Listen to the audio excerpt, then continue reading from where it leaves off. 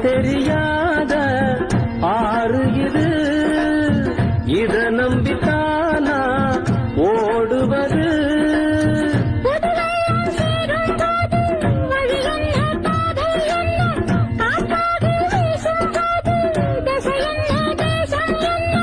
மனச தாழ் போட்டு மயிலே நீ போ, வேணா விளையாட்டு